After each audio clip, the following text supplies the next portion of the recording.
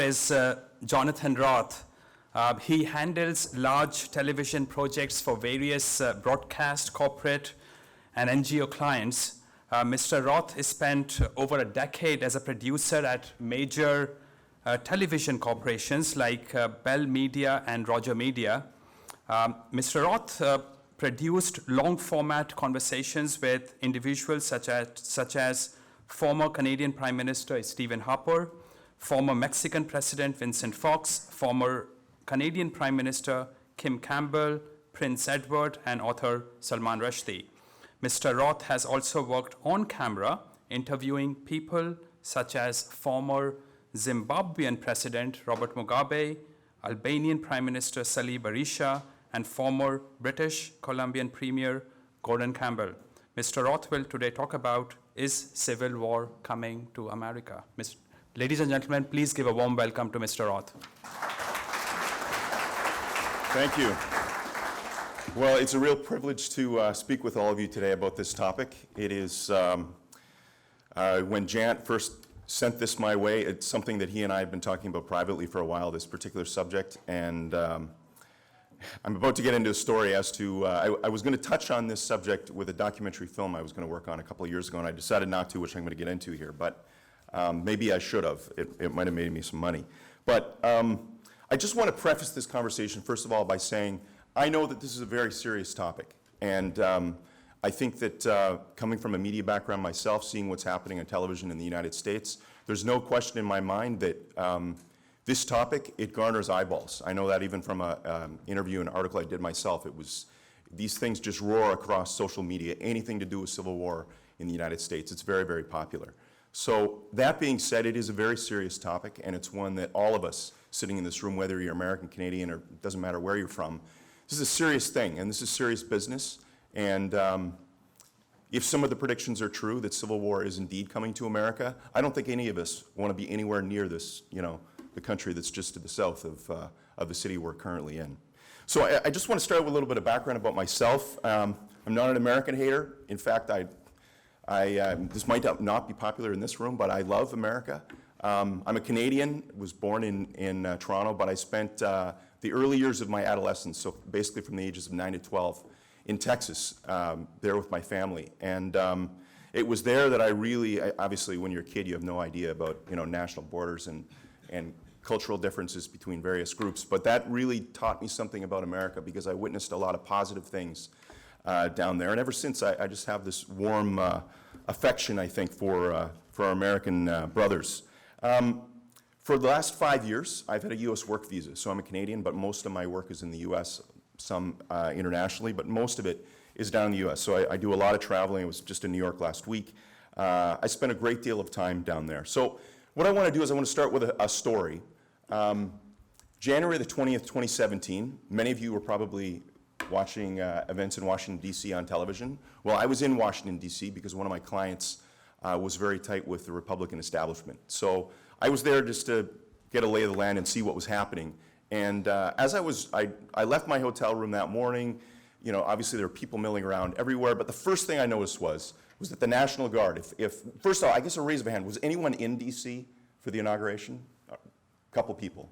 The first thing I noticed was the National Guard had blocking off. My hotel was about 3 blocks from the White House, but all the streets leading to the White House and to the National Mall were blocked off by these massive dump trucks and the National Guard. And the National Guard, no weapons were visible, although it was clear that there were weapons parked in the Humvees behind them. But what I noticed about the faces of all of the soldiers that were standing guarding there, they were nervous.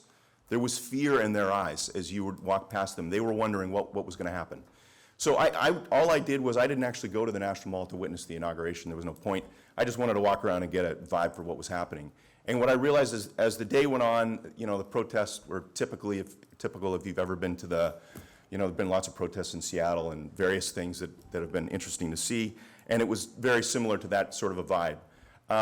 But what started to happen was once the inauguration was over and the Trump supporters started coming back from the National Mall, and they're usually in groups of, say, 2 to 7 people, say, and they'd have the Make America Great hat on. As they would walk by, you would see the protesters just eye them as they walked by. And it was almost like the Trump supporters were deer that just had to get the heck out of there because they were worried about what was going to happen. The fear was palpable, and you could tell when you'd walk past them because they would be nervously looking around wondering, we need to get out of here. So eventually, yes, the violence started, and I ran to it. It was about a block away from where I was. I stood there watching for a while, and then I thought, you know what, I'm a Canadian with a work visa in the United States. It wouldn't be good if I got arrested. I need to continue to work down here. So I left and went to my hotel room. But what happened that night was the entire evening, all I heard were police sirens yelling and screaming outside my hotel, and helicopters flying over police helicopters flying over with the floodlights going everywhere. And that left me with this impression, wondering, and obviously it had worked its way up in the election of Trump, but I wondered, what path is America really on? Is this developing towards something like civil war? And that's when I decided maybe I should do a documentary on this subject. And I talked to a lot of people, discussed this topic back and forth, and I had a little bit of pushback from quite a few people. And one of the primary things was they would say, do you really want to fearmonger on this topic? And second of all, do you want to be the person that lights the flame in terms of violence in any way?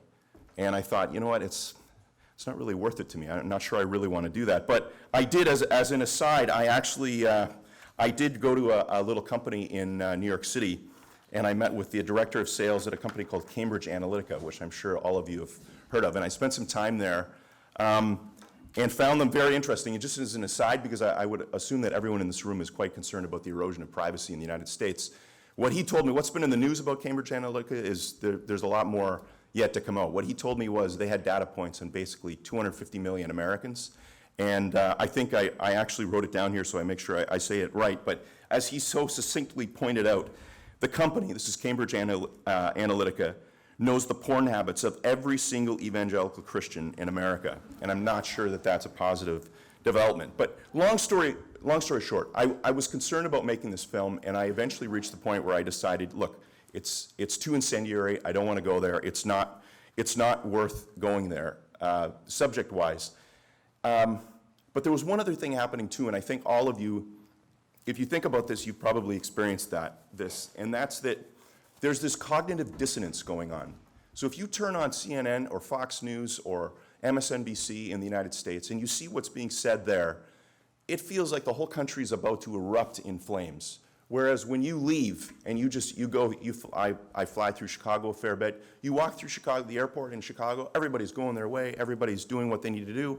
As I say, I go to New York a lot, I go to Dallas, I go all over the US. Everywhere I go, people are friendly, customer service is usually good, it's better than here, I'll say. People are friendly, I say to myself, is this a country that could truly, people are gonna take up arms and shoot at each other? So there's this cognitive dissonance going on that is this really, really possible? In the end, I shelved the idea. This being said, especially with what's happened here over the last 6 months, it had to be revisited. And Jan's given me the opportunity to revisit it. Is the United States about to engage in another civil war? And first, let's just go over some facts. So Rasmussen Polling, which is a polling company in the United States, did some polling last month. And roughly 31% of likely U.S. voters say it's likely that the U.S. will experience a second civil war at some point in the next 5 years. So 1 in 3 people in the United States. Almost 60% of all voters in the U.S. are concerned that those opposed to Trump's policies will resort to violence. And there's no question that Americans are becoming far more partisan in their views. The Pew Research Center, which is another very, very reputable polling company, conducted a study last year, and it was titled "The Partisan Divide on Political Values Grows Even Wider." And essentially what the crux of what they were saying was that more are now on the left and the right, politically, within the spectrum, with fewer holding a mix of positions. So there used to be a time where you could be a right-winger, but you might hold some left-wing positions, and vice versa. Well, that has hardened where the right is on the right, the left is on the left, and they don't mix. They don't mix. In other words, political positions are most definitely hardening. In late 2016, Vice News released a documentary titled "A House Divided." And I don't know if anyone's seen this documentary, but if there's anything you could do with your time, later on today or later this week, go watch it. It's on YouTube. It is a stunning film. It is extremely well produced. Essentially, all the major political players of the last decade in the United States are in it, from Obama, Pelosi, McConnell wasn't in it, but John Boehner and Eric Cantor and such. And essentially, it's a dissection of what's happening in the United States politically. And there's this exchange that happens towards the end of the film, and I want to take a quote there, because the first time I saw it, I had to stop it and go back and watch it again, because it was so, I just thought it was so A, scary, and B, profound. And it was an exchange between Shane Smith, he's an owner of Vice News, but he was the reporter in this film, and Frank Luntz, who, if any of you know who he is, he's a Republican pollster. He's very famous in the United States, probably the most famous pollster in the country today. And Smith asks him this question. He says, if it's toxic, and he's referring to the political system in the US, and it can't be fixed, where does American politics go from here? And this is Luntz's reply. He says, that's why I tell people I'm going to New Zealand and I'm going to buy 15 acres somewhere and I'll sell off 14. So if you want to buy an acre, let me know. And it cuts to Shane Smith, and you just kind of see him, what, are you kidding here? And then he says, Luntz says, no, I'm not kidding. I'm going in December. At some point, and this is where what he said, I just thought, I can't believe somebody as mainstream and establishment as him is saying this. At some point, the economy just stops functioning. The Greeks did not survive, the Romans did not survive, the French did not survive, the British did not survive. Why should we think the American empire will survive? I don't know, and I, unfortunately, will probably still be alive, I wish I wasn't, when this whole thing comes tumbling down. This is the most mainstream pollster in the United States saying this in a very public forum. A lot of political commentators and figures are saying, obviously, the Civil War is around the corner, or they're at least soft-pedaling some sort of violent political action. In foreign policy, you may have seen this. Foreign policy is a very mainstream establishment foreign policy magazine. If you want to know what the establishment's thinking, you need to read it. In March 2017, so just over a year ago, Keith Mines, he's a former U.S. Special Forces officer and a diplomat, posted to a whole bunch of countries that have gone through internal civil strife. He wrote an article, and basically what he said was he predicted, based on his experience working overseas, that there's a 60% chance of civil war in America within the next 10 to 15 years. Steve King, he's a Republican congressman, and he's a bit of a blowhard at times, but back in June, he was commenting on the protests taking place at the Immigration and Customs Enforcement Holding Facility in Portland, Oregon, which is ICE. And I'm sure you've all heard of ICE, especially over the last month. On Twitter, he said the following. He said, America's heading in the direction of another Harper's Ferry. After that comes Fort Sumter. And he said this publicly. So if you need any bit of a history lesson, essentially, Harper's Ferry was the first violent action that led directly to the Civil War, and obviously Fort Sumter is where the first shots of the Civil War occurred. Commentator Dennis Prager, a right-winger, believes America's already in a second Civil War. Americans are more divided today, morally, ideologically, and politically, than they were during the Civil War. Several members of the Trump administration, we've all seen this, being kicked out of restaurants and such. Maxine Waters, Democratic Congresswoman, you've heard what she's been saying, essentially saying that Trump needs to be resisted and ultimately impeached, and that Trump administration officials should be harassed. And I'm going to guess in this room, a pretty sophisticated audience, I'm going to guess that many of you saw this. A day after Maxine Waters said what she said, the Trump administration officials needed to be harassed. Splinter News, which is a media company owned by Univision, which has an audience comprised of American Latinos and Hispanics. Splinter News' senior writer, a guy by the name of Noah Hamilton, he wrote an article, and the title of the article was, "This is Just the Beginning."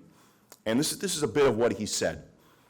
Read a recent history book. The U.S. had thousands of domestic bombings per year in the 1970s. This is what happens when citizens decide en masse that their political system is corrupt, racist, and unresponsive. The people out of power have only just begun to flex their dissatisfaction. The day will come sooner than you all think when Trump administration's officials will look back fondly on the time when all they had to worry about was getting hollered at a Mexican restaurant. And then earlier this week, President Obama was in Johannesburg and Joburg in South Africa, and he was delivering the annual Nelson Mandela Lecture. He said many interesting things, but this is one that I pulled out from what he said. And because you'll notice that he's beginning to be more vocal about what's happening in D.C. Obama said, look at history, look at the facts. The fact that countries which rely on rabid nationalism and xenophobia and doctrines of tribal and racial or religious superiority as their main organizing principle, the thing that holds people together, eventually those countries find themselves consumed by civil war or external war. Check the history books. This is what Obama said. Well, unfortunately, his own Democratic Party is steeped in this poison of racial superiority. It's something called identity politics. But the Democrats are not alone in this, as you all know. Trump is many things. Dumb is not one of them. Any reasonable observer can certainly see him playing with identity politics himself, albeit with a bit of a mask on. But he's positioned himself as the only option for whites. He's positioning himself this way, and his proposition is pretty simple. This is what he's essentially saying. Why would you, a white person, vote for a party, the Democrats, that view you as complicit in the crime of slavery and poverty and the like? I'm the only one that can save you. This is what he's essentially saying. This is the proposition that he's giving to white people in America, and the truth is that it's working. And you know what, as an aside, I've always wondered this as I observe American election television coverage. They always break down voting in the US on television on election night by race, as if race should have anything to do with it. It means, in my estimation, it doesn't matter. And Martin Luther King Jr., this is something I've told my kids, I think this is probably one of the most profound statements of the 20th century, when he said, "I have a dream that my 4 little kids will one day live in a nation where they will not be judged by the color of their skin, but by the content of their character." Now let's all analyze this. Is this what's happening in the political system in the United States today? Are people being judged by the content of their character or by the color of their skin or other identifiable characteristics, mostly around sexuality and things such as that? This is not what's happening in the US. So getting back to the core message here, politically the country most definitely seems shattered. The language being used by politicians is becoming more and more strident. You notice it every day. DC politicians, no matter their political persuasion, also used to spend a fair bit of time together with one another, talking. This doesn't happen anymore, and there's 2 primary reasons. The first one is they're on the road all the time raising money for their next campaign because of the influence of money in the US political system. And the second reason is because the political bases of both parties refuse to allow politicians to get together. They can't be seen with one another. As we saw when Boehner and Obama were meeting, they had to do it in secret, because if both of their bases knew it, it just wouldn't work. So in other words, compromises can't happen anymore because they're not even allowed to talk to one another.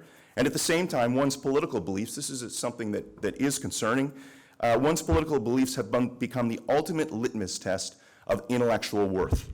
So if you are a Democrat and I'm a Republican, you're worthless because you don't believe the same political things I do, and vice versa. This is the attitude that's developing down there, which any of you who spend any time, I'm sure you've run into it.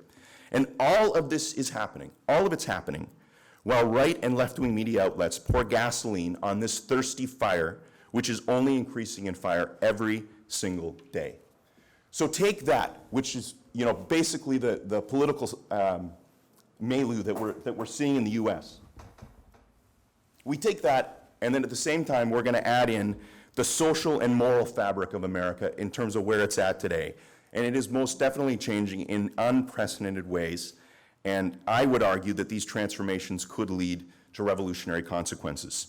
So there was a study done in Norway back in 2016, and it was titled, "Do Ethnic Demographic Changes Trigger Civil War?" And it studied civil wars globally from 1960 to 2013. And this was the result. This is what the study said. When the dominant majority has a relative share of 80% or higher, the risk of experiencing civil war is less likely. On the other side, a weak majority have a positive effect on civil war, signaling that when a majority is losing its share, the risk of conflict is likely to increase. So all of you are probably at least somewhat familiar with the demographic trends in the US, but the racial makeup is most rapidly changing. In 2010, a census said that whites were roughly 60% of the population in the United States. By 2045, they will be in the minority. They will be 49.9%. So that's 35 years from the last census. Interestingly, of all Americans 18 and under, within 2 years, whites will be a minority, so in 2020. And the fastest rising group in the United States are Hispanics. In 2010, they comprised of 9% of the population. By 2045, they'll be 25%, and we can go down the list. So obviously that's happening. At the same time, we have the implosion of the nuclear family, which we can all argue about whether this is a good or bad thing.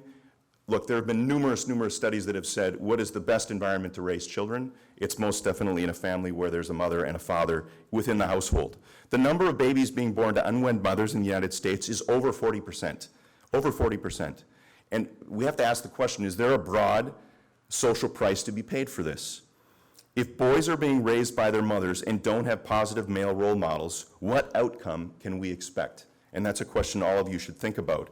And let's face it, the vast majority of boys, whether they're being raised by their mothers or fathers or whatever the combination happens to be, boys are spending hundreds or thousands of hours sitting around playing first-person shooter games. They know how to kill people already. So that just makes you wonder, what are the trend lines, where, like, in terms of the morality of what's happening there? The general culture promoted by the left is most definitely ascendant in American life. They control media outlets, and they're using that power as a cudgel, alienating this broad swath of what you could say was middle America. The left consider those who don't buy into the moral changes that have swept over the country in the last 30 years, the gay marriage, today it's transgender rights, things along these lines. The left considers these people to be bigots and uneducated losers. So I guess the question is this: how can you talk to someone you believe is inferior to you because of what they believe? How do you talk to them if this is what you truly believe? And then there's the big issue, and this is the one many people just, anecdotally when you have a conversation, they always bring this up, and that's the Second Amendment, guns in America. So obviously, for the most part, conservatives believe in the Second Amendment, and they want to hang on to those guns, and it seems like the left wants those guns. So at one point, is there any sort of middle ground that can be reached between those two opposing groups? And I would argue no, there's not any sort of middle ground that's going to happen there. So as family connections fray, the trust in broader public institution is also decaying very quickly. Trust in Congress, religious institutions, and big business, they're all at all-time lows right now. And this is another interesting fact that maybe some of you haven't thought about. The US used to be the #1 missionary-sending country on earth.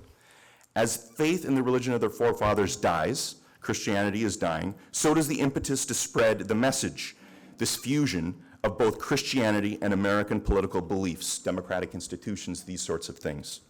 So when you lose your religion, this is what I would argue, when you lose your religion and it isn't replaced with anything, you die. And that's what's happening in the United States today.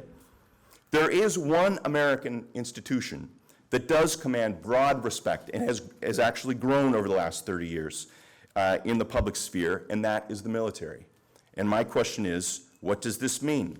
If the military is the most respected institution in the United States, take a look at how many generals are in Trump's White House. A few of them have left, but there are quite a few that have been moved into positions within the State Department because retired generals are the only ones that can be confirmed by Congress these days because of the vitriol that's happening between the two parties there. There's no question that military influence at the upper levels of the political system in the United States is increasing. So I want to take a step back. In 2016, I was in the UK taking an interview with a very infamous British politician. His name's George Galloway. He's a socialist, and for the most part, well, frankly, nothing. I'd agree with him on almost nothing except this. And he said one comment that I thought was very prescient. He said, political flags and borders are always temporary, always. Nothing is ever permanent. He was referring to the dispute with Israel and the Palestinians as he related that. But I thought to myself, he's 100% right. So going back to this question, is the United States about to engage in another civil war? And I don't know the answer for sure. Let's face it, no one does. But here are the big questions that anyone that's saying that, oh, civil war is around the corner, these are the questions that they need to answer. They need to answer these questions. Who's going to lead this war? What will the ultimate aims be? And chiefly, what will the nature of the fighting be, and who's going to do it? These are the questions. So who's going to lead? Is Donald Trump going to lead it? I mean, he obviously, if he's impeached, he's going to, it's clear that he wants to drag people as far, down his rat hole that he wants to do it. So if he is impeached, you can be sure that he's going to try to activate at least some part of his base. But are people going to pick up their guns and kill their next door neighbors because Trump's been impeached? I would question that. On the Democratic side, who's going to lead this civil war? Elizabeth Warren, Barack Obama, Hillary Clinton? I mean, there's no one on the left that you could argue would be a leader that could rally all the troops to ultimately push these people to violence. And then there's what will the ultimate aims be? The imposition of a new political system? Obviously, I think if we look at it realistically, I think that's probably what a lot of this issue is about. It's about the imposition of a new political system, a new structure. But other ultimate aims, the genocide of a particular race? Are all white people going to round up all Hispanics and kill them all? Is this ultimately what's going to happen?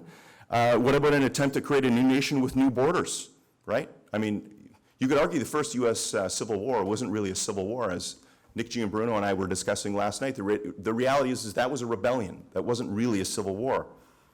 So would the country be partitioned in half? Would this be India, Pakistan, and you have 24 hours for Republicans to go here and Democrats to go there, and anybody who's left after that, sorry, you're dead. I mean, honestly, what would the ultimate aims of this war be? And then chiefly, what will the nature of the fighting be, and who is going to do it? So let's just say we had some sort of an insurgency where there's a lot of bombings, car bombs, terror attacks, these sorts of things. Well, as I already discussed in the 1970s, we saw literally thousands of bombings by left-wing groups in the US. Was there a civil war? No. If there's an outright war, every military expert I've ever talked about when it comes to these issues has always said that given basically the horror of the modern technology that exists in war making, millions of people would die if technology was unleashed the way that it could be. But taking that into account in an all-out war, there's some other issues that need to be taken into account, and you might laugh at this, but 30% of American teenagers and more than 2 in 3 adults in the US, they're all considered obese or overweight. So is it possible for a fat, overweight culture to explode in violence? And this is a serious question, because what does that obesity and essentially being fat, what does that say about the milieu? Where are people at in the country? And at the same time, America is aging rapidly. Do senior citizens have the will and the means to engage in violent civil conflict?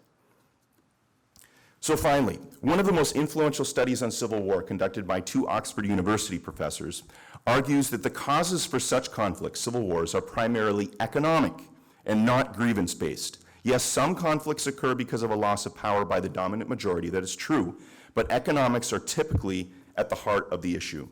So if civil wars are primarily about economics, then how could a civil war begin in our current economic environment? According to a 2011 study, even the poorest in America have a car, multiple TVs, air conditioning, and access to food and medical care. And amazingly, the typical average poor American has more living space in his or her home than the average non-poor European has. And plus, if you believe the numbers, and I think we're going to be hearing about inflation in the next few minutes here, the economy is supposedly growing. Maybe it's not due to inflation, we're not really sure. All we know is it's not as bad as the United States Venezuela. Most certainly it is not. But I guess the question is this: is our current economic climate going to last forever? Can this last forever? And within this context, it's easier to understand why governments did what they did during the 2008 crisis. They were petrified because political upheaval always happens when there's economic disaster. So if we go through another economic crisis similar to 2008, which many people, Doug Casey, who we'll all hear from later on today, he's been obviously suggesting this could happen sooner or later. What's going to happen? That's a big question. So is the US about to engage in another civil war? I keep on asking this question. And the media would like you to think that a civil war is imminent. But you have to remember, if it bleeds, it leads. This storyline, like a car accident or Stormy Daniels or anything that gets eyeballs, this is what leads, and that's why it's there, because we all look. So the question is this war imminent? And I personally believe, no, it's not imminent. But about 5 or 6 years ago, I directed a documentary for Casey Research called Meltdown America. And in that film, there was a conversation with a gentleman by the name of Mika Milkovic, who was he lived in Yugoslavia when the country split up. And this is his quote. He said, "Everyone becomes afraid when there's civil strife happening in the country. So they buy guns, and then it only takes one person to kill someone else, usually out of fear, and the killing starts. Civil wars can start with a very, very small trigger." Just about to wrap this up. So I was back in Washington, D.C. About 3 weeks ago, and while I was there, I met with several very senior intelligence and political people. And over lunch, it was very interesting what I was told. The words decay and decadence, as it related to America, were brought up more than once by them. And these are gentlemen who are, let's just say, on the further end of, they're further out on the spectrum of life than I am, much life experience, including many, many years in the White House. And the words decadent and decay were used, and I just thought to myself, are we witnessing the end of the American empire? Is America truly, are Are we witnessing something that's going to lead to some sort of potential political breakup? What's happening here? And really the answer to that question is really up to Americans. They're going to have to decide what happens. But to end here, I want to just take a quote from a book you've all, I'm sure, heard of by Edward Gibbon, titled The Decline and Fall of the Roman Empire. This is what he says about why Rome fell. The story of its ruin is simple and obvious, and instead of inquiring why the Roman Empire was destroyed, we should rather be surprised that it had subsisted for so long. The victorious legions who in distant wars acquired the vices of strangers and mercenaries first oppressed the freedom of the Republic, and afterwards violated the majesty of the purple. The emperors, anxious for their personal safety and the public peace, were reduced to the base expedient of corrupting the discipline which rendered them alike formidable to their sovereign and to the enemy.